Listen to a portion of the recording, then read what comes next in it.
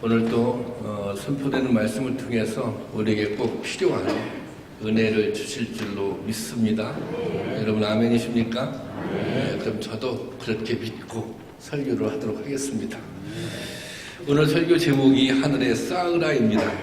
여러분들 중에는 오늘 설교 제목과 본문을 보고 이거 헌금에 관한 설교구나 이렇게 생각하신 분들이 계실 것입니다. 예, 맞습니다. 헌금에 관한 설교입니다. 기독교 교인들의 의식을 조사하는 연구 보고서에 의하면 성도님들이 목사님들이 설교에서 언급하지 않았으면 하는 주제가 있는데요. 그 첫 번째가 돈입니다. 헌금 이야기입니다. 그리고 두 번째가 정치 이야기라고 합니다. 저는 그래서 두 가지 이야기를 잘 하지 않습니다. 저는 사실 정치에 관심이 많습니다. 저는 제가 살고 있는 이 나라, 이 땅 위에 하나님의 나라가 이루어지길 간절히 소망합니다. 그러기 위해서는 이 땅에 정의와 평화가 실현돼야 됩니다. 그런 나라가 되기 위해서는 무엇보다 정치가 바로 서야 되는 것입니다. 그러니 정치에 관심을 갖는 것은 당연합니다. 하지만 저는 정치적인 이야기는 설교에서 거의 하지 않습니다. 정치에 대한 분명한 입장이 없어서가 아니라 입장을 달리하는 많은 분들이 있고 제가 가지고 있는 정치적인 견해가 절대적인 진리는 될 수 없기 때문입니다. 제가 생각할 때는 강단에서는 복음이라고 하는 절대적인 진리가 선포돼야 된다 그렇게 생각하기 때문에 이런 정치적인 견해나 입장은 자제하고 있습니다. 하지만 헌금 문제는 그렇지가 않습니다. 그럼에도 불구하고 저는 헌금 설교를 많이 하는 편이 거의 하지 않는 편입니다. 가만히 봤더니 건축이 진행될 때는 장로님들이 찾아와서 제발 건축 헌금에 대해 설교해달라고 부탁하기도 했습니다. 얼마나 헌금에 관한 설교를 안 했든지. 하지만 저는 은혜가 먼저이고 또 은혜 받으면 헌금하게 되어 있다 이렇게 말씀드렸고 그렇게 믿고 있었기 때문에 그 부탁을 제대로 드려드리지 못했습니다. 물론 지금도 이 생각은 변함이 없습니다. 하지만 물질, 즉 돈에 대한 성경적 가르침에 대해서는 성도님들에게 바르게 가르치는 것이 중요하다고 생각합니다. 이 점에 있어서는 제가 잘하고 있는 것은 아닙니다. 사실 저는 건축을 하고 경제적으로 힘든 상황을 여러 번 겪다 보니 오히려 헌금에 관한 설교가 더욱더 하기 힘들어지더라고요. 또 당시에 성도님들이 헌금에 대해 너무 많은 부정적인 생각을 가지고 있고 마치 교회가 어려우니 헌금을 자꾸 강요하는 것 같은 자격지심이 있어서 오히려 그런 설교를 못하겠더라고요. 제가 건축하는 과정에서 아주 힘든 고비를 지날 때가 있었습니다. 갑자기 이게 돈이 필요한 거예요.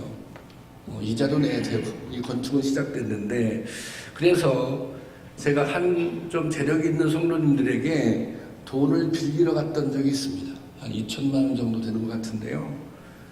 정말 많이 생각하고 망설이고 고민하고 그러다가 갔어요. 그런데 결국 빌리지 못했습니다. 왜 그러냐면 그분도 형편이 어렵기 때문에 그렇게 된 거죠. 그날 돌아오면서 참 많은 생각을 했습니다. 그리고 정말 마음이 힘들었습니다. 이제 그날 밤에 집사람과 함께 교회에 와서 기도를 하는데 갑자기 이사야서 59장 말씀이 떠올랐습니다. 하나님이 팔이 짧아서 구원하지 못하는 것이 아니다. 하나님이 가진 것이 없어서 우리에게 헌금을 강요하고 구걸하시는 것이 아니다. 그때 제가 그런 결심을 했습니다.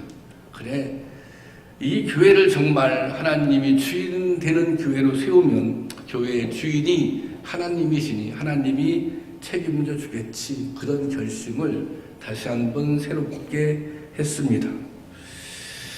하지만 이 성도님들께서 물질에 대해서 바르게 생각을 갖는 것은 중요합니다. 종교개혁자 칼빈은 이런 말을 했다고 합니다. 오늘날 교회 문제는 돈에 대하여 많은 이야기를 하는 것이 문제가 아니라 교회가 돈에 대하여 바르게 말하지 않는 것이 문제다. 돈에 대해서 얘기하는 것이 문제가 아니라 돈에 대해서 바르게 얘기하지 않는 것이 문제다. 복음서에는 예수님의 많은 비유가 기록되어 있습니다. 대략 38개의 비유가 기록되고 있는데 그 중에 16개가 재물에 관한 비유입니다. 달란트 이야기, 데나리온 이야기, 청지기, 과은지기, 품꾼, 부자 이야기 등은 다 물질에 관련된 이야기입니다. 신약성경 평균 10구절에 한 번씩 물질에 관한 이야기가 나오고 복음서에만 288구절이 물질에 관한 이야기고 성경 전체에 무려 2300구절 이상 돈과 재정에 관한 구절이 기록되어 있습니다. 예수님은 왜 이렇게 돈에 대해 관심을 많이 가지셨을까요? 그것은 돈이 삶의 실질적인 문제이기 때문입니다. 더욱이 우리는 지금 자본주의 시대를 살고 있는데 이 자본주의 사회에서 돈이 얼마나 중요합니까?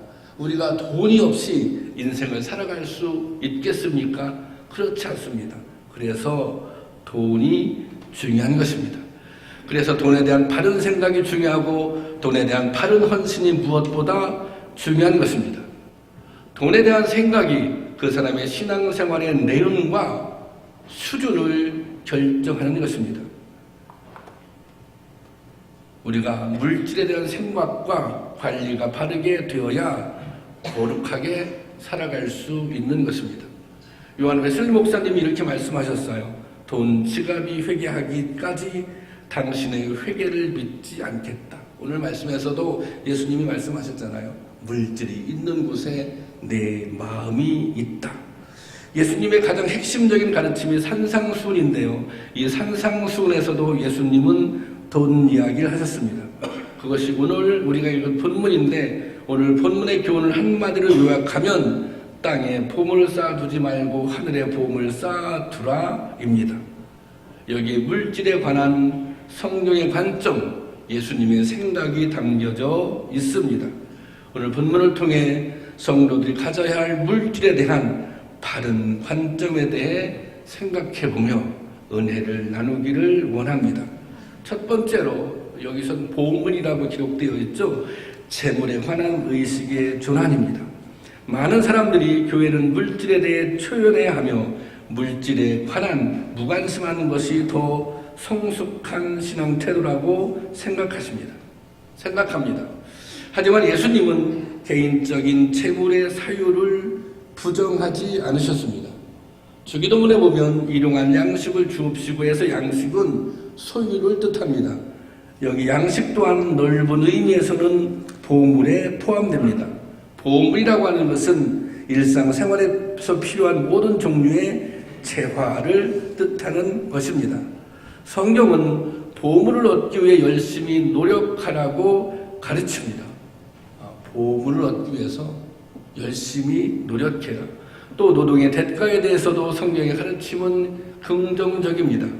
잠언에 보면 하나님은 일할 수 없는 겨울을 위해 여름에 땀 흘려 일하고 저축하는 개미에게서 배워야 한다고 가르치고 있습니다. 잠언 6장 6절의 말씀입니다. 한번 볼까요? 시작. 게으른 자여 개미에게 가서 그가 하는 것을 보고 지혜를 얻으라. 그렇죠? 한번 잠언 6장 8절도 보겠습니다. 시작. 먹을 것을 여름 동안에 예비하여 추수 때 양식을 모으느니라. 이 양식을 모으는 것은 재물을 모으는 거 아닙니까?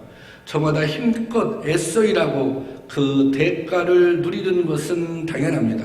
그리고 물질을 소중히 여기는 것 또한 당연합니다. 요한 웨슬리 목사님은 돈 사용에 대한 세 가지 원리에 대해 말씀하셨는데 그 첫 번째 원리는 열심히 벌라입니다. 열심히 벌라. 웨슬리는 성도들이 하나님께로부터 받은 재능을 잘 활용해서 열심히 돈을 벌라는 것입니다. 열심히 돈을 버는데 한 가지 전제 조건이 있습니다. 그 전제는 무엇이냐면 다른 사람에게 피해를 주어서는 안 된다는 것입니다. 악한 방법을 동원해서 돈을 벌어서는 되지 않는다는 것입니다. 그래서 이렇게 이렇게 사업을 하는 사람들에게 이렇게 말했어요. 당신들이 남에게나 고용인들에게 피해를 끼치며 돈을 버는 자, 그 사람들에게 이렇게 경고했어요. 내가 몸과 영혼을 파괴시킨 고용인들처럼 너도 멸망할 것이라, 이렇게 경고했습니다. 돈을 열심히 벌되 뭐예요? 불의한 방법을 통해서 돈을 벌어서는 되지 않는다는 것입니다. 그리고 두 번째 원리는 될 수 있는 대로 많이 저축하라는 것입니다. 절약해서 저축해라, 그러면서 이런 말씀했어요. 육체 욕망을 즐기기 위해서 돈을 낭비해서는 안 된다. 그리고 또 이런 말씀했어요. 귀담아 들어보세요. 자녀들을 위하여 돈을 지나치게 허비하는 것은 돈을 바다에 던지는 것과도 같다, 그렇게 말했어요. 여러분 가운데서도 지금 돈을 바다에 던지고 있는 분들이 많이 계실 거예요, 아마. 그래서 돈을 열심히 벌어서 헛되게 쓰지 말고 저축하라는 것입니다. 그리고 제3의 원리는 할 수 있는 대로 많이 주어라. 그러니까 이게 1의 원리, 2의 원리, 열심히 벌고 저축하는 것은 왜 필요한 거예요? 이 3의 원리를 위해서 필요한 것입니다. 열심히 일하여 벌고 저축해서 하나님의 뜻에 합당하게 사용하라는 것입니다. 어렵고 힘든 이웃을 섬겨야 한다는 것입니다. 그래서 성경은 물질 그 자체를 퇴학시하지 않습니다.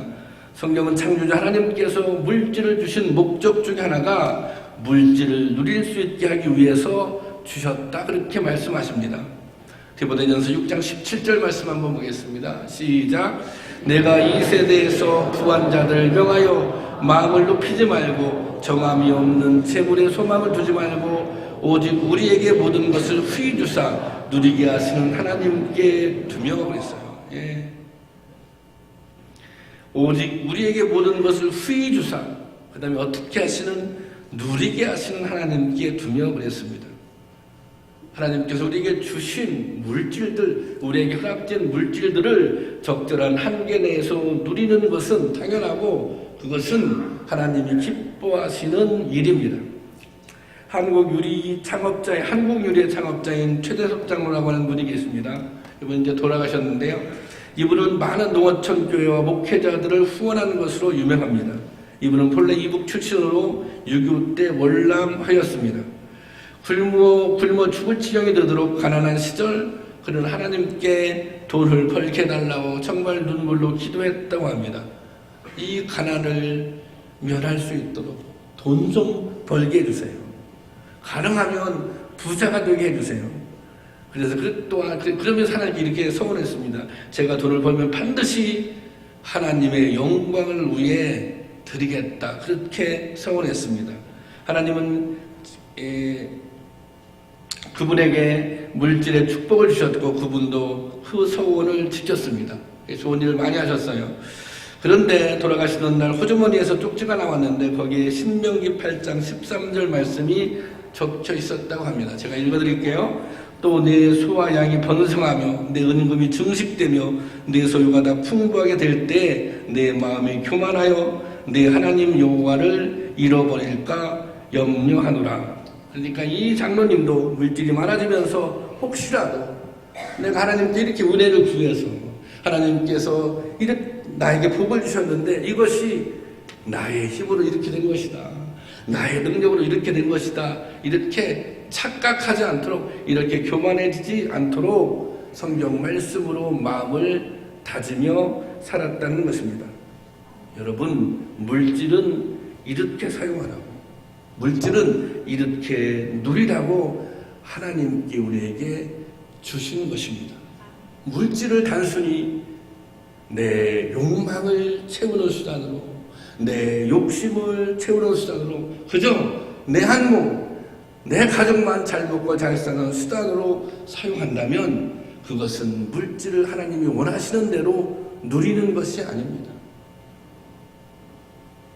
바라기는 우리가 열심히 벌고 열심히 저축도 하지만, 그래서 누리기도 하지만 하나님이 기뻐하시는 방향으로 사용할 수 있기를 원합니다. 그리고 두 번째는 소유에 대한, 내가 가지고 있는 소유에 대한 의식의 전환입니다. 생각의 전환입니다. 예수님은 물질의 필요성을 인정하셨어요. 그리고 또 물질을 얻기 위해서 노력해라 이렇게 말씀하셨어요. 자, 물질의 필요성도 인정했어요. 물질을 얻기 위해 노력해라. 그러면 이제 그게 물질이 내 소유가 되는 거 아닙니까? 내가 일하고 벌어서 그러면 내 것이 되는 게 아니에요. 그러면 이게 소유에 대해서, 물질을 소유하는 것에 대해서 어떻게 생각해야 하는가, 그 가르침을 주셨어요. 그 가르침이 마태복음 6장 24절입니다. 자, 보겠습니다. 시작. 한 사람이 두 주인을 섬기지 못할 것이니 혹 이를 미워하고 저를 사랑하거나 혹 이를 중히 여기고 저를 경히 여김이라. 너희가 하나님과 재물을 겸하여 섬기지 못하느니라. 자, 그래, 열심히 돈을 벌어, 열심히 물질을 소유하지만 그 소유하는 것이 어느 수준으로 가면 안 돼요? 섬기는 수준으로 가면 안 돼요.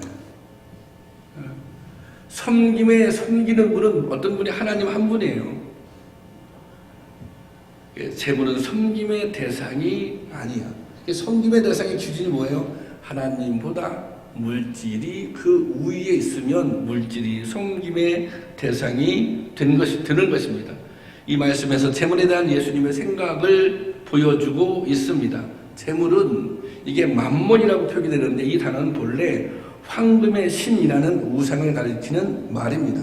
그러니까 하나님을 재물보다 더 중요하게 생각하면 우상 숭배자가 될 수 있다는 것입니다. 우선순위가 하나님보다 재물로 먼저 가잖아요. 그것도 우상 숭배에 빠질 수 있는 위험성이 있다는 것입니다. 이것을 만모니즘이라고 합니다. 오늘날 수많은 믿음을 가지고 있는 사람들이 교회조차도 이 만모니즘의 우상에 빠져 있다고 하는 것입니다. 여러분, 재물이라고 하는 것은 인생의 필요한 부분이지 그것이 인생의 목적이 될 수 없다는 것입니다. 물질이 인생의 목적이 되어서는 안 된다는 것입니다. 그래서 이렇게 경고합니다. 디모데전서 6장 10절에 보면 다 같이 보겠습니다. 시작. 돈을 사랑함이 일만하게 뿌리가 되나니 이것을 탐내는 자들은 미혹을 받아 믿음을 떠나 많은 근심으로써 자기를 찔렸도다. 돈을 사랑하는 것이 일만하게 뿌리다. 이 탐심이 사람을, 인생을 망가뜨린다. 그래서 우리가 신앙생활을 성공적으로 잘 할 수 있는 비결이 무엇인지 아세요? 내가 가지고 있는 욕망이라고 하는 것은 한이 없는 거예요. 욕망이라고 하는 끝이 없는 거예요. 이 욕망을 어떻게 제어할 수 있느냐에 따라서 그 사람의 신앙생활, 그 사람의 인생이 판가름 나는 것입니다.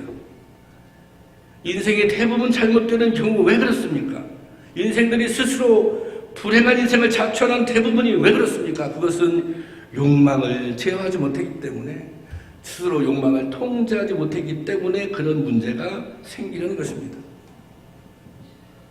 제가 교육목회를 할 때, 교육목사를 오래 했는데요. 그때 중고등부 학생들은 어리잖아요. 그 어린 학생들에게 정말 11조를 되게 강조했습니다. 그래서 그 1년에 2차례 집회가 있었는데 그 수련회 집회를 가면 꼭 11조에 관한 설교를 했어요. 그리고 꼭 11조 하라고. 왜 이제 그런 설교를 하고 그걸 왜 강조했냐면 저에게 이런 깨달음이 있었습니다. 사실 아이들이 크고 성장하면서 넘어지는 이유가 무엇입니까? 대부분 자기의 욕망을 다스리지 못해서 넘어지는 거예요. 그런데 그 욕망을 다스릴 수 있는 가장 좋은 훈련 중에 하나가 이게 하나님 앞에 11조를 드리는 것입니다. 그러니까 11조를 계속 드리잖아요. 11조를 드리면 어떤 능력이 생기느냐면 이게 이 물질을 다스릴 수 있는 능력이 생기기 시작해요. 그 능력이 생기면 이게 이 탐심이나 욕심 때문에 너무 많이 넘어지잖아요. 근데 그것을 통제할 수 있는 능력이 생긴다. 저에게 그런 깨달음이 있었습니다. 그리고 정말 물질을 다스릴 수 있는 능력이 생기잖아요. 그러면 하나님께서 그 사람에게는 물질을 줘도 괜찮은 거예요.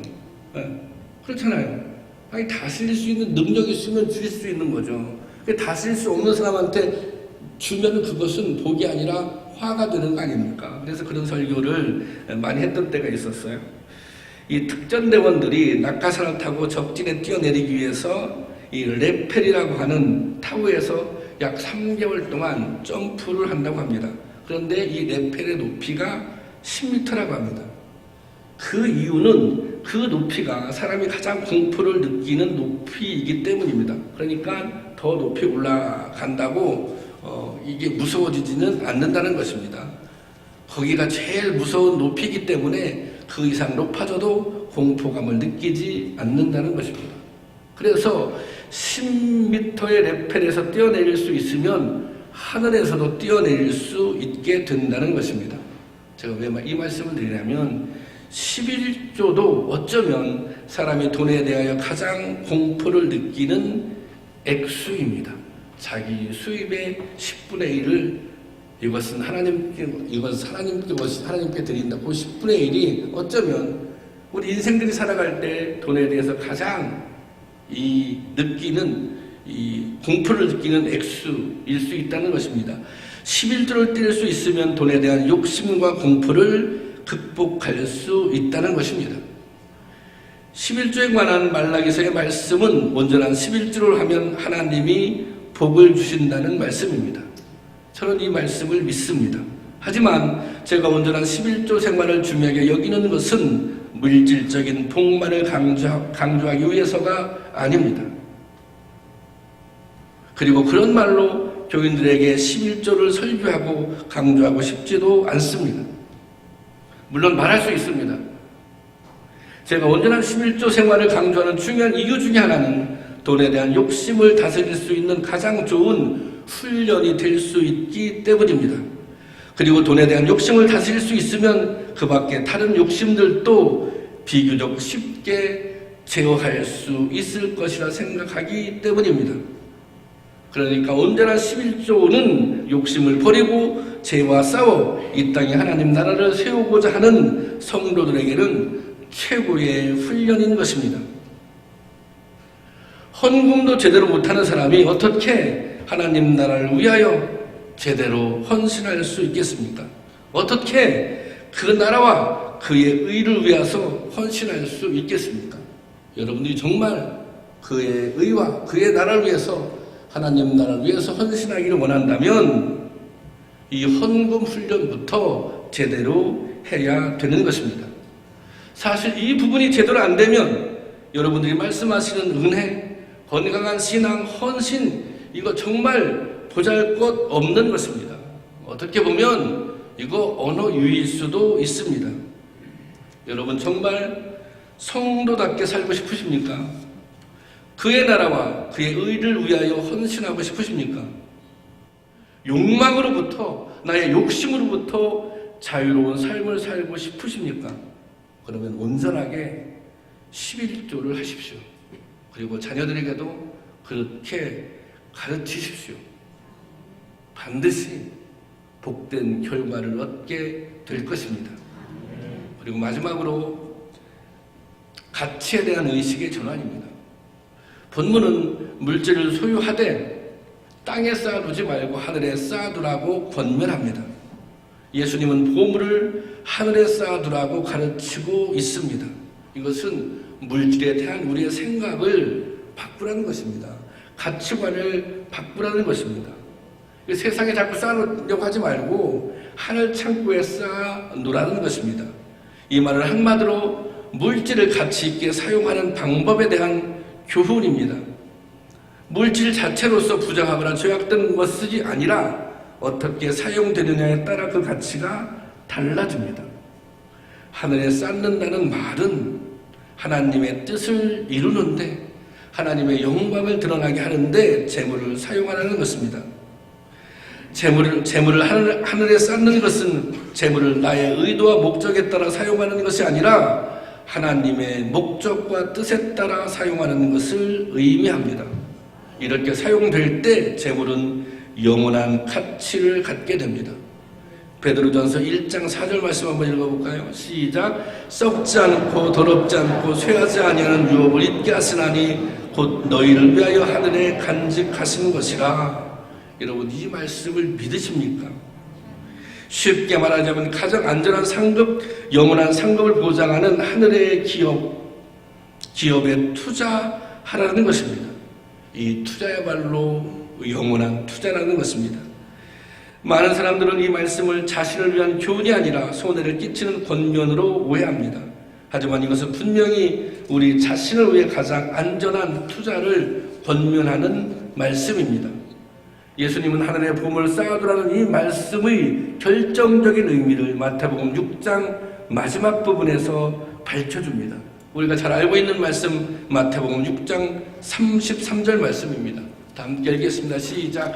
그런즉 너희는 먼저 그의 나라와 그의 의를 구하라. 그리하면 이 모든 것을 너희에게 더하시리라. 그의 나라와 그의 의를 구하는 것, 이게 보물 하늘에 쌓는 일이잖아요. 이 일에 전념하면, 이 일에 집중하면 땅의 보물은 책임져 주시겠다는 말씀입니다. 여러분, 이런 말 들어보셨습니까? 하늘의 보물 쌓는 것은 유한한 가치를 무한한 가치로 바꾸는 것입니다. 여러분, 재물 많으십니까? 많은 재물 죽어서도 가지고 갈 수 있습니까? 이런 말이 있어요. 수액은 주머니가 없다. 여러분, 우리는 그의 나라와 그의 의를 이루기에 얼마나 애를 쓰셨습니까? 물질적으로는 얼마나 헌신하셨습니까? 11조들은 제대로 하고 계십니까? 우리 교회는 따로 이 선교헌금이나 구제헌금이 없습니다. 우리 교회는 선교헌금, 구제헌금이 따로 없어요. 왜 그러냐면 11조 안에서, 여러분들이 11조 헌금 하시면 11조 안에서 선교하고 구제하는 것이 마땅하다고 생각하기 때문에 제가 그렇게 정했습니다. 장모님들하고 상의해서. 여태까지 제가 그렇게 목회를 해왔습니다. 그리고 우리가 셀에서 헌금을 합니다. 셀에서 헌금하는 헌금은 100% 전부 농촌교회를 돕는데, 협력하는데 사용합니다. 우리 교회에 특별히 오병이어 헌금이 있습니다. 저희가 건축을 하고 입당한 지 지금 4년이 지나가고 있는데 아직도 부채들이 있습니다. 이 원금을 상환하는데 모든 성도들이 힘을 모으자는 의미로 이 오병이어 헌금을 하게 되었습니다. 개인적으로 매주 일정 금액을 작정하고 하는 헌금입니다. 성경에 나오는 오병이어는 한 아이의 도시락 한 끼 식사였습니다. 요즘 여러분 식당 가서 식사하시면 된장찌개 먹으면 요 앞에서 6,000원 정도 하더라고요. 갈비탕 같은 거 먹으면 8,000원도 하고 10,000원도 하고, 그리고 그렇게 하시고 무슨 커피도 드시잖아요. 좀 괜찮은 카페 가서 커피 먹으면 3,000원, 4,000원 그렇게 하지 않습니까? 그러니까 한 끼 정도 일주일에 각자 무슨 가정이 하고 이런 것이 아니라 일주일에 내가 한 끼 정도 식사 비용 정도 이 수준을 하나님께 드리자. 그러면 이 어린 소년이 자기 한 끼의 도시락을 예수님께 드려서 그걸 통해서 정말 5,000명이 먹었던 것처럼 우리도 그런 기적을 볼 수 있지 않겠느냐, 이런 믿음을 가지고 오병이어 헌금을 시작했습니다. 앞으로 당분간은 계속할 것입니다. 여러분들이 참기쁨교회 성도님이라면 반드시 이 오병이어 헌금에 참여해 주시기 바랍니다. 각자 2,000 하시는 분도 있고 3,000 하시는 분도 있고, 액수가 중요한 것이 아니라 여러분들의 마음이 중요한 것입니다. 그 마음이 모여서 기적을 이루는 것입니다. 미국에서 작은 서점을 하다가 공황이 닥쳐 파산을 하고 약 10만 불의 빚을 진 사람이 있었습니다. 그 무렵 그런 막다른 골목에서 기도하다가 은혜를 체험하게 됩니다. 그리고 나서 무엇보다 과거에 자신의 헌금 생활을 제대로 하지 못한 것을 회개하게 되었습니다. 빚을 정리하기 위해서 집을 팔게 되었는데 그때부터 11조를 하기로 결심을 합니다. 빚을 갚기 위해서 집을 팔았는데 그걸 가지고 11조 하기로 결심했다고 말해요. 친구들이 이 마당에 무슨 11조냐고 질문할 때 그는 나는 무엇보다 하나님께 대한 빚부터 청산해야 한다는 깨달음을 얻었다고 간증합니다. 그리고 열심히 일해서 그는 10분의 1을 하나님께 소득의 10분의 1을 하나님께 드리기 시작했습니다. 그리고 점점 더 수입이 많아지고 형편이 좋아지자 10의 2조를 드렸습니다. 마침내 10의 3조를 드리기 시작하고 전 세계에 흩어진 선교사들을 지원하기 시작합니다. 그런 기도와 헌신을 통해서 재기한 지 3, 4년 만에 세계적인 제약회사를 일으켜 세우게 됩니다.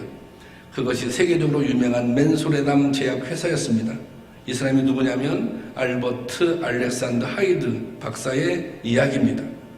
그는 죽을 때 10의 9조까지 하나님께 드리는 기록을 남기는 성도가 됩니다. 무디 신학교 총장을 지낸 조이 스위팅 박사가 이런 말을 했습니다. 우리가 죽을 때 우리가 묻게 될 가장 중요한 질문은 얼마나 벌었는가가 아니라 그의 나라를 위해 얼마나 드렸는가가 될 것이다. 여러분, 우리가 죽을 때 우리가 묻게 될 가장 중요한 질문은 내가 이 세상에 살면서 얼마나 벌었느냐, 얼마나 호화롭게 잘 살았느냐, 많이 썼느냐, 그것이 아니라 그의 나라와 그의 의를 위해서 얼마나 드렸는가가 될 것이다. 여러분, 우리는 그동안 얼마나 주의 나라와 그의 의를 위해서 구체적으로 헌신하는 삶을 사셨습니까? 우리가 하나님 나라에 투자를 했다면 그 투자의 실적은 어느 정도 될 것 같습니까? 11조는 제대로 하셨습니까? 여러분이 하나님 받은 은혜에 감사하다면 감사 헌금은 제대로 하며 사셨습니까? 여러분, 인생은 긴 것 같지만 결코 그렇게 긴 것이 아닙니다. 그렇지만 하나님 나라는 영원합니다. 그의 나라와 그의 의를 위해서 투자할 수 있는, 영원한 하나님 나라를 위해서 투자할 수 있는 저와 여러분이 될 수 있기를 주님의 이름으로 축원합니다.